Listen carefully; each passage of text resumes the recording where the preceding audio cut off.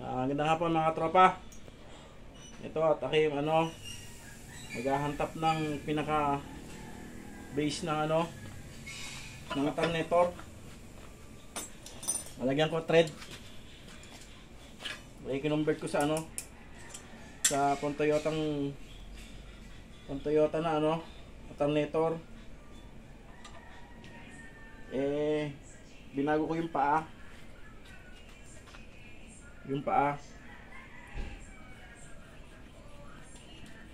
Ito ngayon magte-thread ako. Kasi hindi magkaugma. Kasi 12 volts ang alternator hindi magkaparehas. Kaya nagdagdag ako ng butas, nilaliman. Sa BA1 po yan. Ang BA1 ang gagamitin na alternator pang Toyota, yung walang vacuum. Para magamit, pinutulan tong Hindi ba pwedeng lagyan ng vacuum yan? Ha? Hindi pwede. Na? Lagyan ng vacuum? Hindi. Toyota lang naman yun.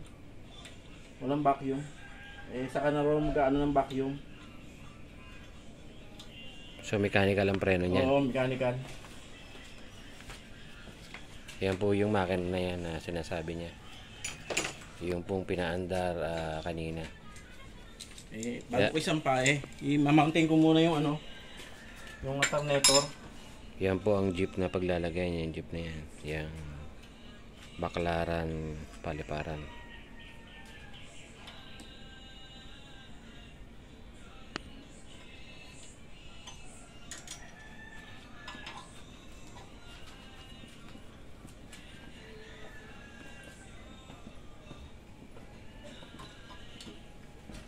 Yan, naghahantap para may thread. Original pa rin ang ang tornilyo, hindi diretsuhan. Sayang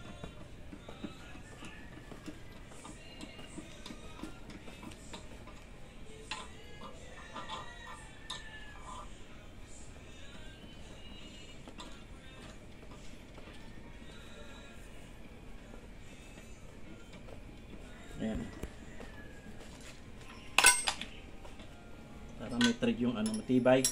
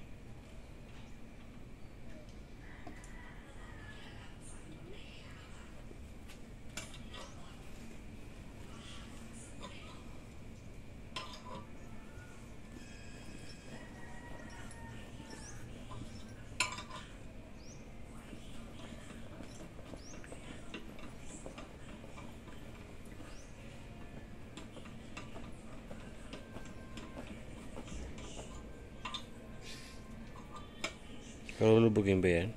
Hindi, magkaroon lang ng thread hanggang kalahati. Okay na to.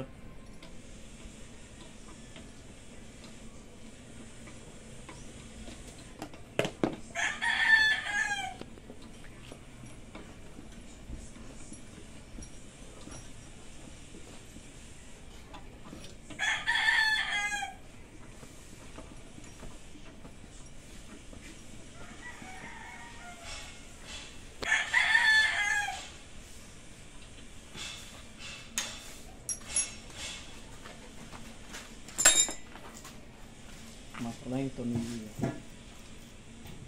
Ayan. Okay na. May thread na.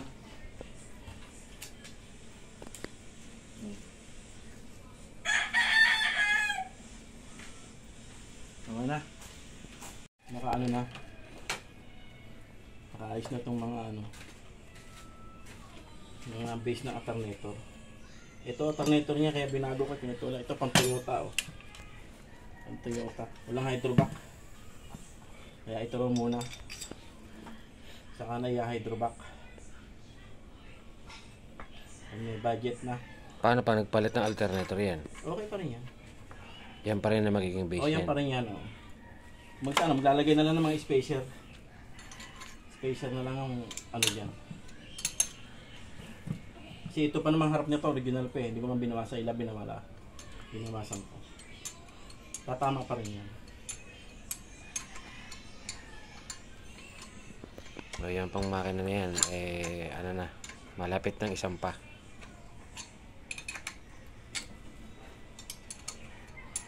Saan pa na to? Nice itong mga huli. Mga inayos po dyan yan, mga tagas-tagas. Mga tagas-tagas lang. Ito inayos dito.